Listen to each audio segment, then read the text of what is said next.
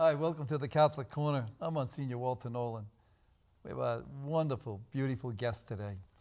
A guest that's going to talk to us about a new television series which will premiere on the Eternal Word Television Network, EWTN, in March of the year 2010. The program is called The Faithful Traveler. Diana Von Glahn, my guest today, is a faithful traveler and the show's host and producer. Diana has a very interesting background. Born and raised in San Diego, I guess we'd say God's country, and is a first-generation Mexican-American. She has a BA in English from Pepperdine University in Malibu, has a law degree from the University of Notre Dame in South Bend, Indiana. From San Diego to Indiana, not so bad. While at Notre Dame, Diana was president of the law school's Right to Life Club. Beautiful, beautiful, beautiful experience.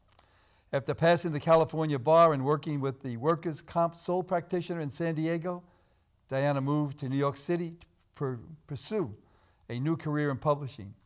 And guess what? In New York, where she met her husband, David Von Glahn, and David and Diana now reside in Philadelphia. David, a graduate of Syracuse University, SI Newhouse School of Telecommunications. He's a recent convert to the faith, and David is the show's videographer. He also assists Diana with her script writing and editing. Welcome, Diana, and welcome to the Catholic Corner. Thanks so much, Monsignor. God, it's so nice to have you. Thank you. I'm excited to be here. God, you were the faithful traveler before you became the faithful traveler. Yes, it is actually a lifelong pursuit. Isn't that terrific, huh? Tell me now about your television show. Well, the purpose of The Faithful Traveler is that we try to show people that, if you want to go on pilgrimage, you don't necessarily have to go to Europe or even abroad, that we have a lot of places here in the United States that you can go visit. And what we do in our show is we're like just any other travel show. We just happen to go to Catholic places in the United States, Catholic shrines and places of pilgrimage, and great places where people can learn about their faith. You brought a clip of one of the shows with you? I did. Tell me, what are we going to see? Well, the clip that I brought is actually from our very first episode, our premiere episode on the Miraculous Metal Shrine in Philadelphia. And we actually have a DVD out of it that is currently available on Amazon and actually also at the shrine, at the Miraculous Metal. And the purpose of the show is really to, show people what's at the Miraculous Metal Shrine, what they'll find when they get there, tell them a little bit about the history of the Miraculous Metal and why people wear it and what's the point. And we have a novena of the Miraculous Metal at the parish where I do pastor, so that's terrific. A lot of people pray novenas. In Oh, fact, that's at the shrine, they've been having a perpetual novena to Our Lady of the Miraculous Metal that's been going on for quite some time, close to 80 years. Oh, marvelous. Let's take a peek at the video, and we can talk about it. Boy, oh boy. September of 1890, Joseph Skelly left home to become a Vincentian priest. But before he left, his mother placed a small miraculous medal around his neck and asked him to wear it always. Little did she know that one act of faith and love would essentially amount to her placing that medal around the necks of hundreds of thousands of people. Join me, Diana Von Glahn, as I explore the treasures of Philadelphia's Miraculous Metal Shrine in the first episode of EWTN's new travel series, The Faithful Traveler. In this episode, you'll learn about the history of this amazing chapel, including the story behind the stunning shrine to Our Lady of the Miraculous Medal, and the little medal that started it all. Hear about the young French nun who received a heavenly visit that changed the lives of hundreds of thousands of people around the world. And explore the spectacular museum, filled with countless works of art. The miracle of the medal is that it brings the power of God in our life at that moment. And there's nothing more powerful, more miraculous than the power of the divine life of God present in our life. One of the things I love about visiting different churches and shrines is seeing how various artists illustrate the Stations of the Cross. The stations here are amazing. They're very big, and they're painted with bright, vibrant colors that really bring them to life. This medal is unique among all medals because it's designed by the Virgin Mary herself. So it's no wonder that it wins such extraordinary graces for those who wear it and who pray for Mary's intercession. So mark your calendars for March of 2010, when The Faithful Traveler debuts on EWTN.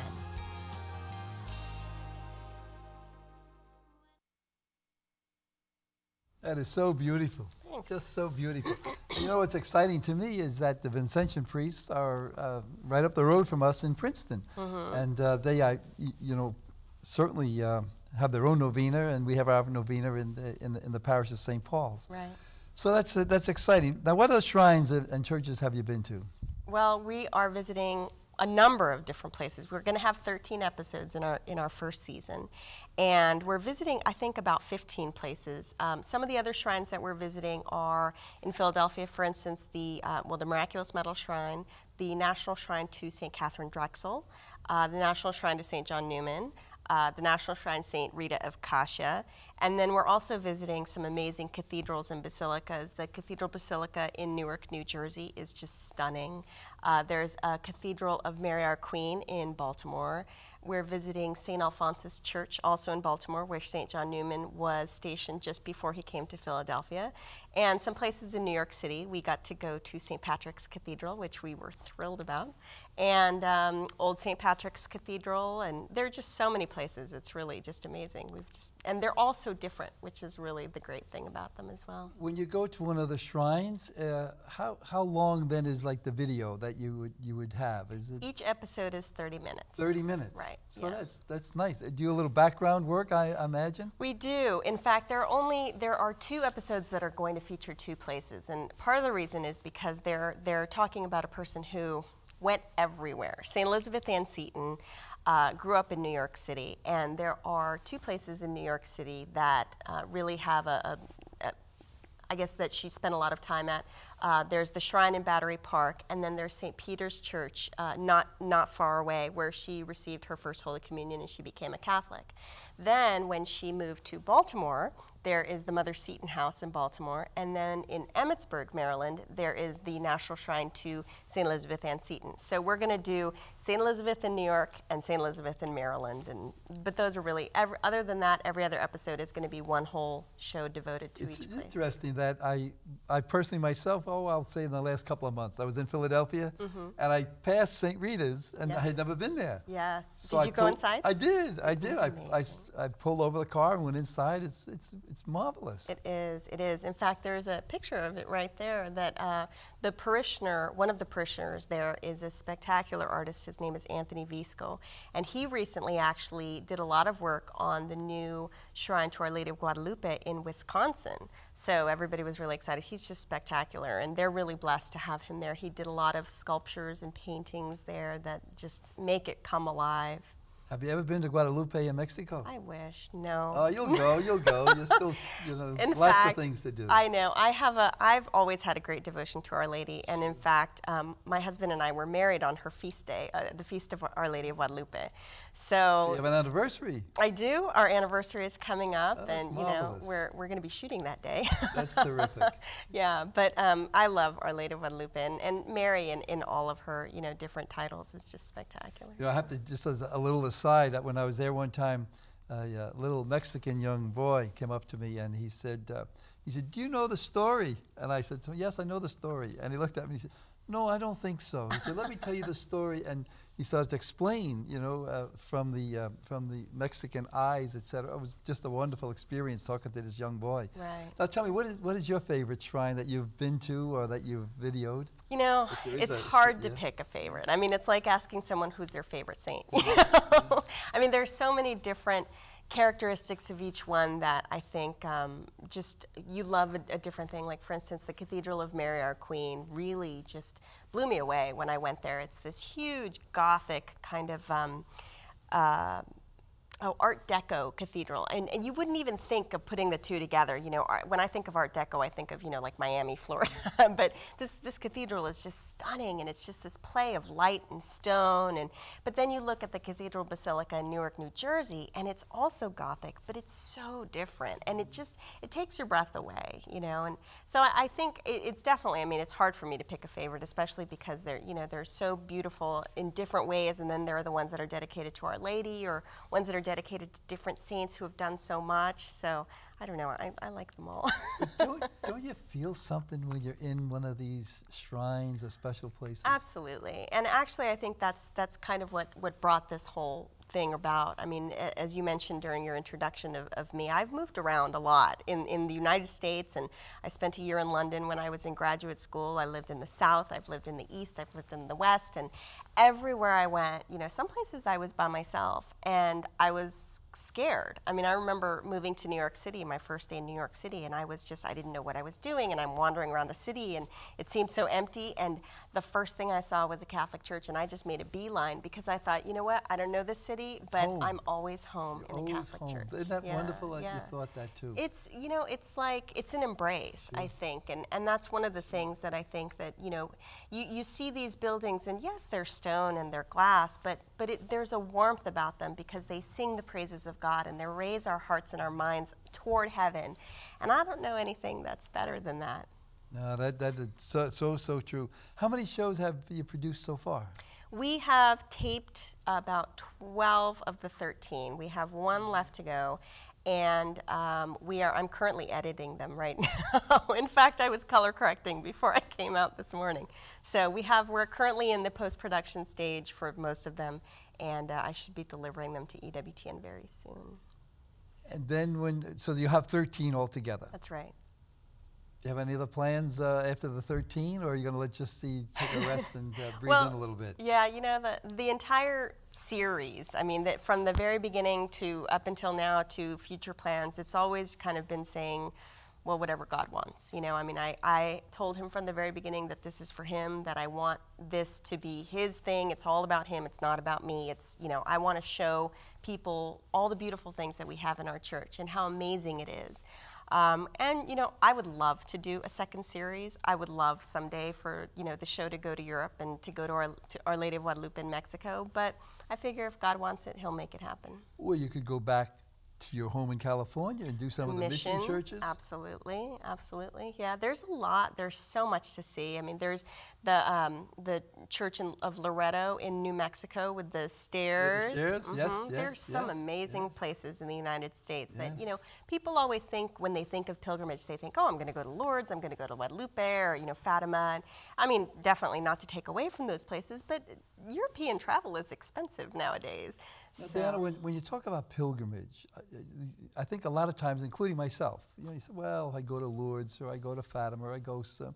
I've been to a few of those places. I've been to Knock a few times, Our Lady of Knock, and just because I'm Irish, it just I love. If you could sing, I'd probably. Well, and you have Croagh Patrick as well. That's right. That place is amazing. In fact, I climbed Croagh Patrick not too long ago. In the rain? No, it wasn't in the rain. But I had that in me for years, and I said to myself, I got it, and I did it. That's great. Yeah, it was wonderful. But usually, at least in minds, you know, when you go someplace like that, you think of spending a day or an overnight and going to mass or a prayer service. Now, do you feel that, or do you tell your viewers that this would be a nice thing to do sometimes, to go to one of these shrines and not just run in and out, but try to make it a fuller day? Right. Absolutely. I mean, some of the places that we visit, like St. Rita's or the National Shrine of St. Catherine Drexel, they're really big. So they really do kind of they require an entire day. Or, you know, the Cathedral Basilica in Newark, New Jersey. I mean, that place, there's art and detail in every little nook and cranny. I think it takes a whole day to look at these places. And, you know, I think what we're trying to do is, you know, tell people that vacation is something, it's also, like Pope John Paul II said, it's a great time to grow in your faith. So you've got families who will go to, you know, random places to visit their families, or they'll go on business trips or what have you. The ballparks? Exactly. You know, people who think, oh, I'm going to go to New York and I'm going to see the Empire State and I'm going to see this and I'm going to see that. Well, go see St. Elizabeth Ann Seton and go to St. Patrick's. And, you know, so it's kind of like telling people, you can also add this into your itinerary, or you can make an entire day of it, or even a week of it. Absolutely. Do you have any other ideas, other programs, you know, beside maybe traveling to shrines, or what else do you have in your mind? Well, you know, I mean, on occasion I will think, should I be doing something else? But you know, honestly, Monsignor, we're doing this show. I mean, everything. We're doing everything. I was talking to a friend who is a television producer as well, like a real. I don't think of myself as a real television producer, but so I was telling him what I do. You know, that I do all of the research for the shows. I call all the places. I set it up. I write the scripts. And then we shoot it. We edit it. Everything. And he said, "You're doing the work of 15 people." And I was like, "Oh, okay." You know, so I figure that's enough for now. You know, I think if God wants me to do more, he'll give me the drive. But right now, my real goal is just to get this to the point where people like it and people are excited about it. I think one of my biggest fears is that, you know, there will be so much buzz about our show and people will be excited about it, and then it'll get out there and people will just be kind of, it's not okay, you know. So I want it to live up to what we're telling people that we want it to be. So. Beside all your research and when you go to a day to be at a shrine, how long does it take you to do what'd you say, it's a 30-minute kind of video? How long does it take? You have to edit it, you take shots and... It depends. How long does it take to produce the one show? Gosh, I don't know, because it takes a long time. Like, I'll do a little bit here and a little bit there. Sometimes for the more difficult scripts, it'll take me a week to 2 to write it. Of course, it might take a month to read all the books. Like for St. Patrick's Cathedral, that one I was the most worried about because, you know, of all the places that we visit, St. Patrick's has the largest amount of traffic. There are 3 million people that go in and out of that cathedral every year. And they don't have a DVD. And so if we get no. So if we can get our DVD into their gift shop, that's 3 million people that are going to be looking at it. And so, you know, that's a lot of pressure. So I thought, okay, I have to get everything right. And I think I read maybe 5 books about St. Patrick's Cathedral from, you know, over the years, from way back when to, you know, current books. You know, I read all those books. I wrote my script. The script ended up being so long that we cut it into 2 shows. So we're doing 2 shows on St. Patrick's. And then, you know, it's a matter of, you know, we shot it in one day and, you know, and then editing may take a week or 2, depending, getting Well, you try to shoot it in one day. That's... St. Patrick's was unusual. Sometimes we'll take 2, maybe 3 days, depending on how many camera people we have. But St. Patrick's, we were actually only given 1 day. So we hired 2 extra people. We had 3 camera people, and then I got a whole bunch of my friends to come and help, and the security people were keeping people. I mean, it was amazing. Nothing went wrong. Everything was perfect. I mean, I think it was, you know, obviously an answer to all of my prayers, because I had been worried about that. I can especially feel that in New York. People would probably, because people go to St. Patrick's Cathedral every day. I mean, you just can't go there without a whole lot of people. Exactly. And I'm sure people would stop and say, like, who are they? Who are they? What are they doing? Oh, it's not that. It's that New Yorkers are so, you know, a camera doesn't faze a New Yorker. You know, they'll walk right in the middle of your shot. They don't care. You know, I mean, I don't mind people saying, who's that? You know, but it's the people that just keep walking. So we had to keep them out of the way, and it was difficult. But some probably want to get into the video. Oh, you never know. Oh, that's so marvelous. You know, you're just a delightful person, Diana. I really you are. And you're a faith person, probably from baptism on. But how has this touched your faith in a sense and enlivened it, if I could say that? It has. You know, exposure, I think, and that's something that we're trying to do with the show. I think going to these places, exposing yourself to the stories of the lives of the saints or to stories about Mary's impact on all of our lives. Like, you hear the stories of what the Miraculous Medal, Mary has done through the Miraculous Medal, you know, the graces that she has given people. It really, I think, has strengthened my faith, but it's also strengthened my husband's faith, who he converted before we were married. And so it's funny, you know, I'm a cradle Catholic, and I've known these stories. I mean, my mom used to tell us stories of the saints for as long as I can remember, but David is new to all of this. And so I'll tell him, you know, with the Miraculous Medal, that St. Catherine Labouré is incorrupt.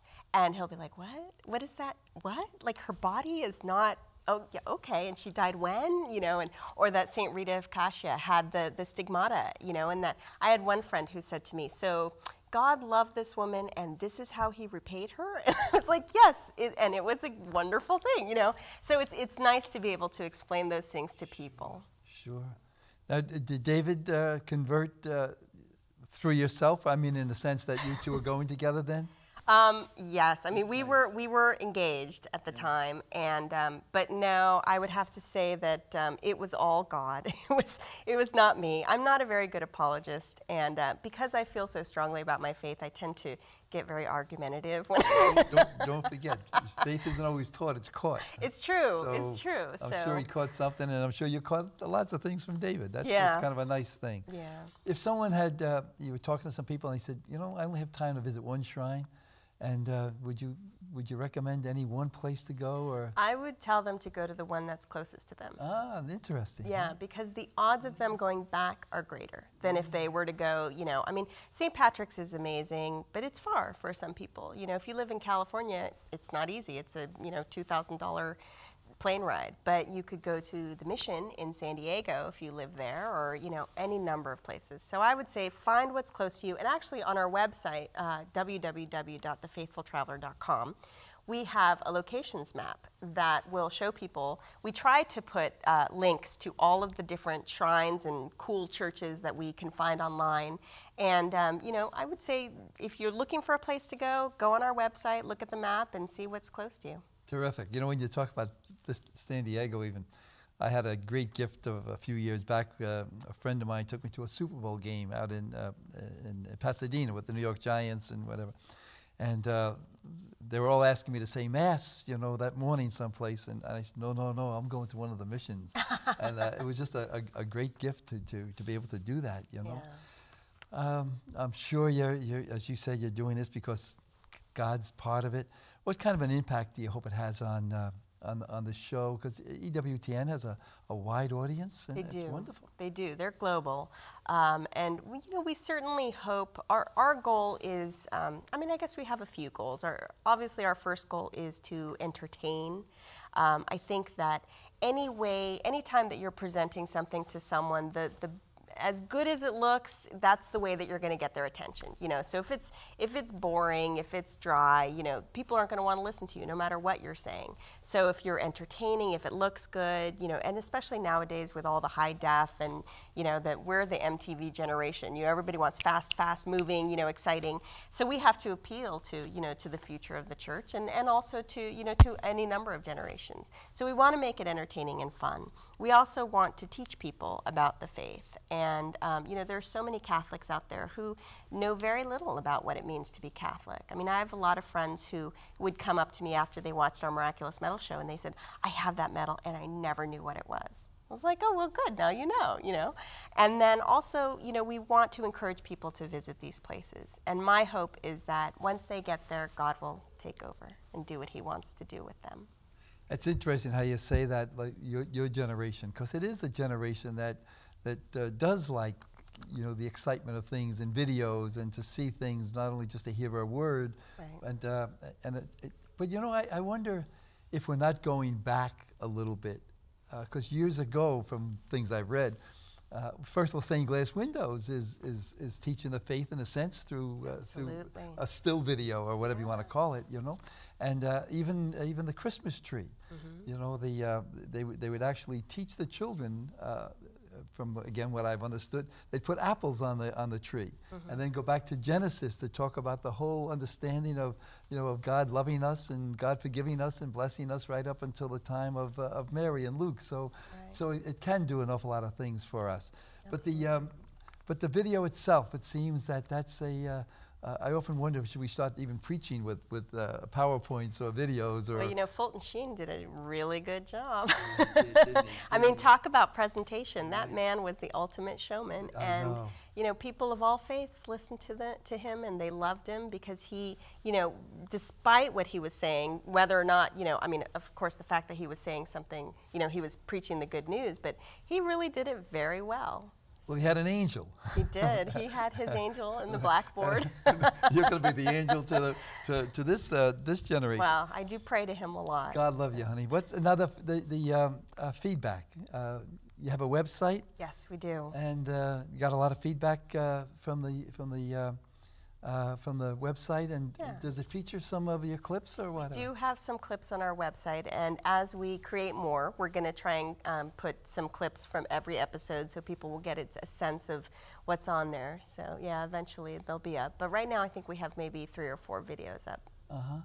And do you get, I don't know, what do you call them, hits or something like that? We so do. we get a lot of... Yeah, we do. We get a number of we get some good traffic to our website. So I'm sure once we get online or once we get on TV, we'll get a little bit more. But we're on, the usual Facebook and Twitter and all of that, newfangled stuff. How about the younger, the younger children? I mean, are they fascinated by the saints and by things that you've shown? I hope so. I just got back from visiting my sister who has 9 children from the ages of 1 to 15. And I love showing them stuff because I don't have a lot of exposure to children, and so I love to just get their sense, and they get really excited about it. And I think that, one of the places that we're going to, which is the Blue Army Shrine in New Jersey as well, I think a lot of people underestimate what children can grasp. And you look at those 3 kids, Jacinta and Lucia and Francisco, they were 6, 7, 10. And they were delivering a message from the Mother of God. So if they could do that, and granted, I'm sure that there was some heavenly grace showered down on them, but I think that kids understand a lot more than we give them credit for doing, and definitely hope to appeal to them as well. And I think also with Mary as well as the other saints, but like the different portrayals of Mary, the Black Madonna and different things of that nature that just seem to be so fascinating. And the youngsters seem to have a great mystery, so to speak. They feel the mystery. Absolutely. The sadness of getting a little older is you get dull. You have to get the mystery retold to you a little bit. And I think it's through the eyes of a child sometimes. Now, you have a lot of equipment and things. Where did you get all of this? We bought it. The store. Yes, we're very familiar with the video store, and there's a large store in New York City that we love to go to. So you and David have you've done all of this on your own and purchased all of this. How about funding? I mean, it is I would say 95% funded by David and Diana Von Glahn. Wow, isn't that terrific? Yeah. So someday, hopefully. Who knows? We'll and see how what did you happens. learn all this? I mean, we taught ourselves. Did you really? Yeah, David, because he went to the SI Newhouse School, he had a lot of experience, but it was all the old, tape and cutting things and all that kind of thing. So nowadays it's all digital, and really we got some books and we taught ourselves how to do it. Wow, what a fascinating! You 2 guys must have an awful lot of fun together. Yeah, it's hard though.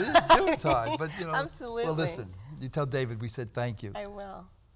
Diana and David Von Glahn. God, blessed people. Thanks for being with us on the Catholic Corner. More information, log into Diana's website, thefaithfultraveler.com. That's right. And don't ever lose your smile. Thanks so much. Bless you. Monsignor. Oh, thank you very, very much.